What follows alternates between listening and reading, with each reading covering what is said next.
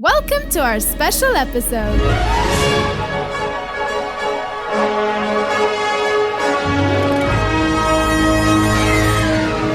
On the Oscars 2021.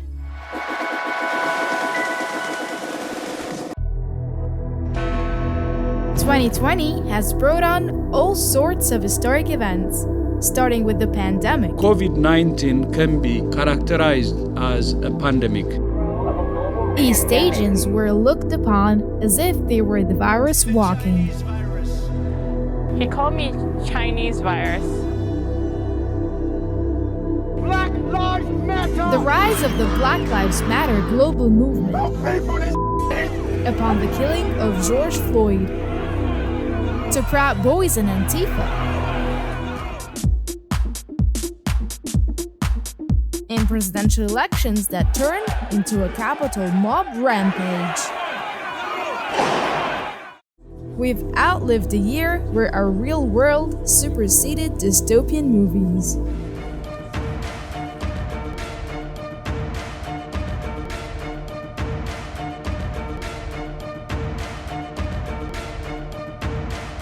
You see that one common thing that marked this year? It's racism.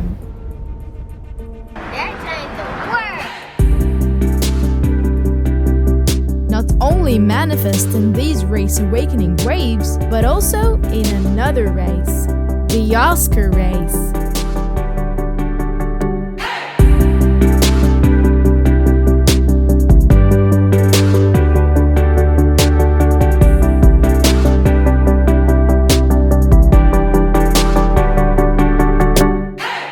I'm here at the Academy Awards, otherwise known as the White People's Choice Awards. Remember last year when it seemed like the Oscars were racist? Back in 1929, there were no black acting nominees. And now in 2020, we got one.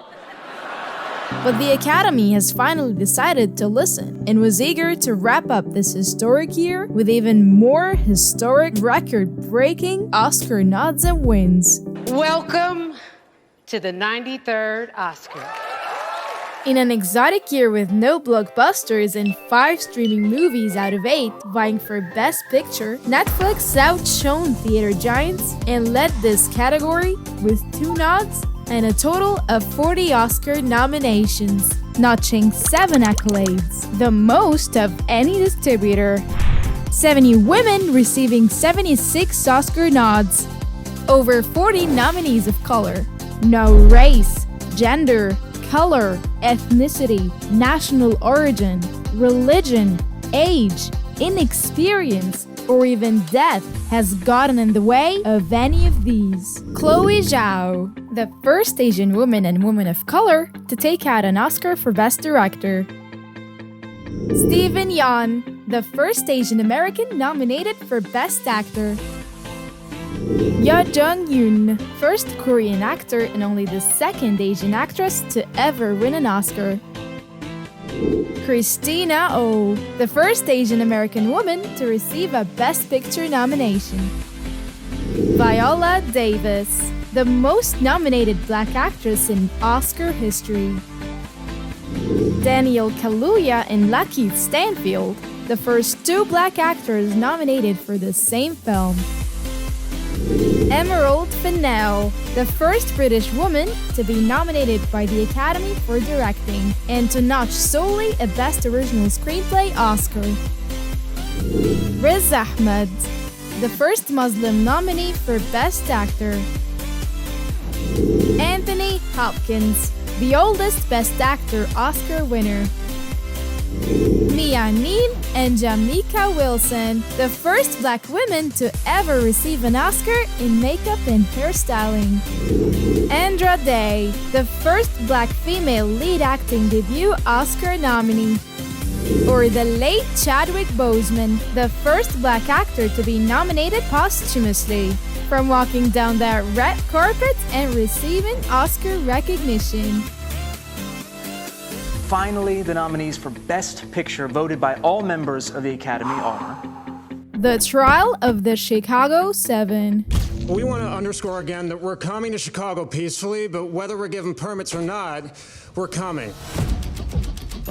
This historical legal drama, written and directed by Aaron Sorkin, follows the Chicago 7, a group of anti-Vietnam War protesters charged with conspiracy and crossing state lines, with the intention of inciting riots at the 1968 Democratic National Convention in Chicago. Holy shit. You all right? I was until I saw that. It features an ensemble cast including some renowned actors like Eddie Redmayne, Sacha Baron Cohen, Joseph Gordon-Levitt, Michael Keaton, and Mark Rylance. Nobody objected. Sacha Baron Cohen admitted to being terrified of having to do an American accent for a dramatic role for the first time. Aaron Sorkin had to reassure him that the role was not an impersonation, but an interpretation, which Cohen claimed did not help much. I call this portion of the trial with friends like these.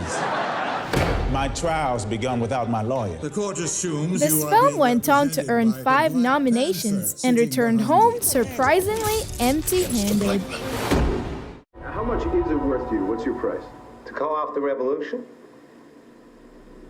My life. The trial of the Chicago 7 hints at the assassination of Fred Hampton, who was the prime focus of our next movie on the list, Judas and the Black Messiah. Deputy Chairman Fred Hampton of the Illinois Black Panther Party. For the first time in Oscar history, a film with all black producers gets nominated for Best Picture. A revolutionary!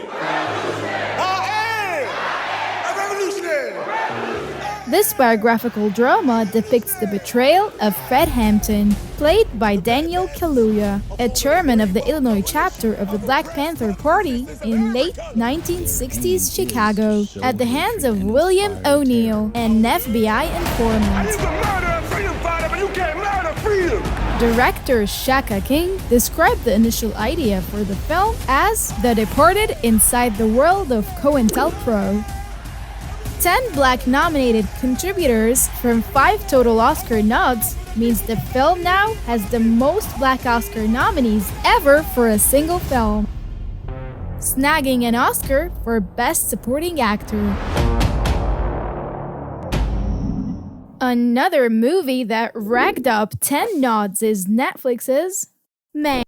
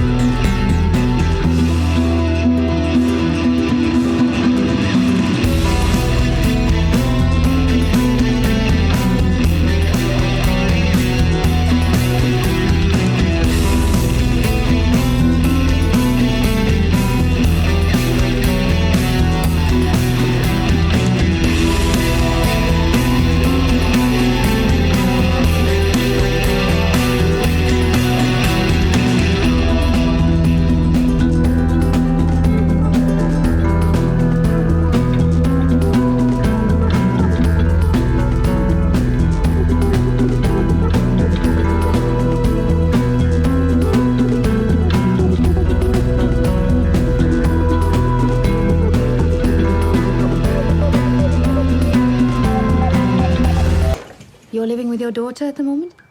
Yes, until she goes to live in Paris. No, Dad, why do you keep going on about Paris? You told me. No, I didn't. I'm sorry, Anne, you told me the other day. Have you forgotten? She's forgotten. Paris. They don't even speak English there. A French-British drama film co-written and directed by French filmmaker Florian Zeller, based on his 2012 play Le Père. This feature directorial debut granted him a Best Adapted Screenplay Oscar. The main character's name is Anthony because the role was written for Sir Anthony Hopkins and no one else. Zeller dubbed it a dream come true when he accepted, Your father seemed a bit confused. giving way to his second Oscar for Best Actor. Anthony Hopkins, the father. The film earned 6, 4, and 6 nominations at the Oscars, the Golden Globes, and the BAFTAs, respectively, winning 2 BAFTAs and 2 Oscars. It was like I was a stranger to him. Just did something to me. I don't know what she's cooking up against me, but she's cooking something up. What are you talking about, Dad? I'm not leaving my flat! I am not leaving my flat! This really is my flat. Isn't it?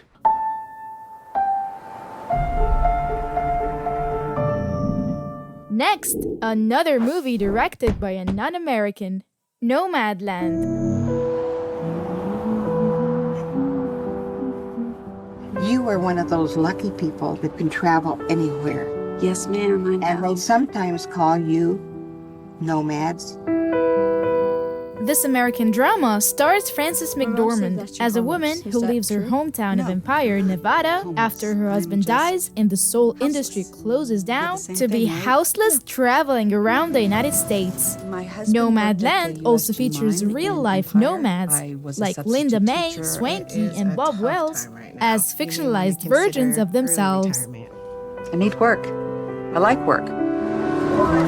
Chloe Zhao, the writer, director, producer, and editor, is the first woman to receive 4 Oscar nods in a single year, and only the second woman ever to win an Oscar for Best Director. This is for anyone who has the faith and the courage to hold on to the goodness in themselves and to hold on to the goodness in each other, no matter how difficult it is to do that.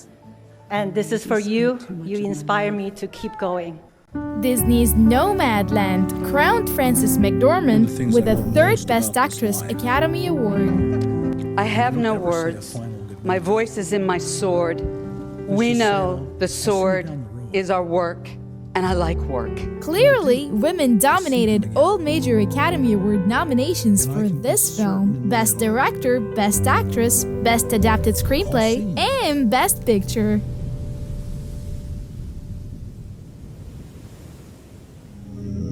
And that's not all. This year beheld not only one, namely feminine, Grand Slam nomination record, but the feat was doubled by Promising Young Woman.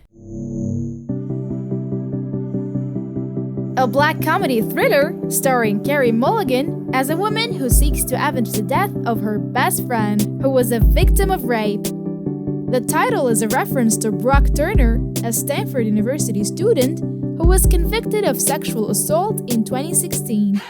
Despite his conviction, he was referred to by some as a promising young man. Hey, I said, what are you doing?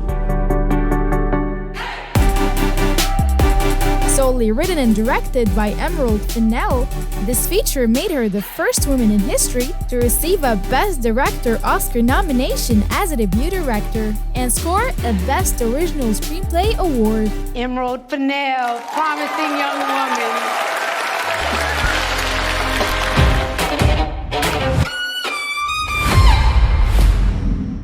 Last but definitely not least, the only 2019 production to make it to this list: Sound of Metal.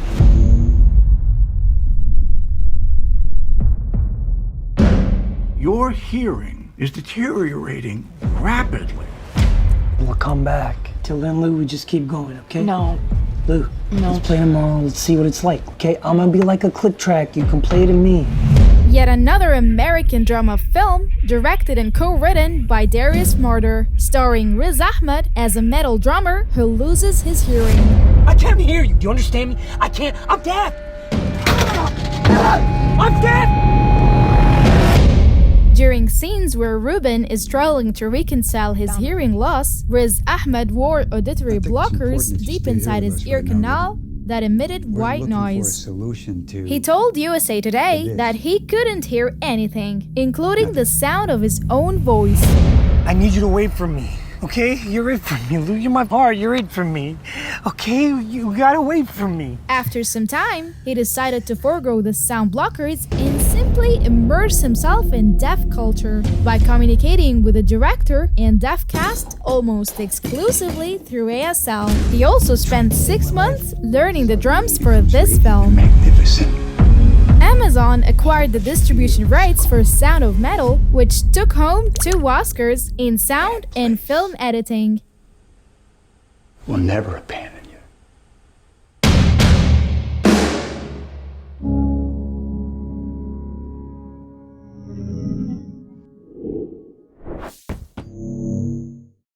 And the Oscar goes to... It was to everybody's dismay that this coveted award wasn't announced as it typically would at the end of the night, like every other Oscar night. Instead, it was blown out in the middle of the ceremony, making fans believe that this was especially to honor the late Chadwick Boseman with a grand finale. Yet again, not only did the Best Actor award go to someone else, but cinema's big night went completely haywire by this shuffle, with a shocking finale of the Academy accepting the Best Actor award on behalf of Sir Anthony Hopkins and a black and white headshot of him. The Academy congratulates Anthony Hopkins and accepts the Oscar on his behalf. Turns out he was asleep back in his hometown Wales. Here I am in my homeland in Wales. I did not expect to get this award. I really didn't. As anticlimactic as it might seem, this might be the Academy's climactic vision for the night as it was propagandized.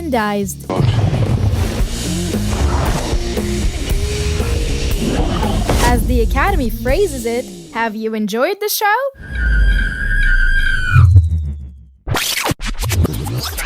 And the Oscar goes to... Nomadland.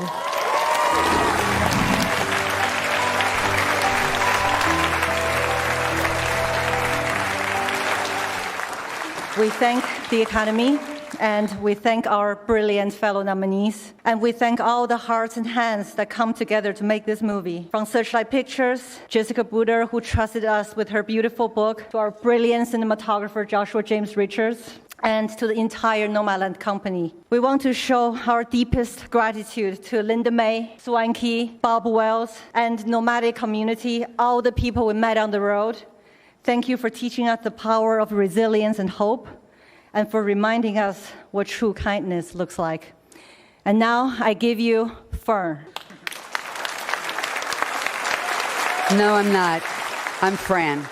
Please watch our movie on the largest screen possible, and one day, very, very soon, take everyone you know into a theater, shoulder to shoulder, in that dark space, and watch every film that's represented here tonight. We give this one to our wolf.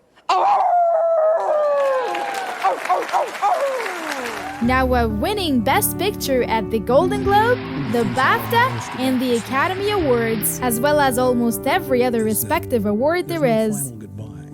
Nomadland, generally, and the film double Oscar winners, Frances McDormand and Chloe Zhao specifically, ended the exotic socially distant award season with a total bank of 4 BAFTAs, 2 Golden Globes, and 3 Oscars out of 7, 4, and 6 nods, respectively. I'll see you again. That's all, folks! Subscribe and activate the notification bell so you never miss a beat. Check out other releases on the playlist on screen and stay tuned for more. Thanks for watching this episode, and we'll catch you in the next.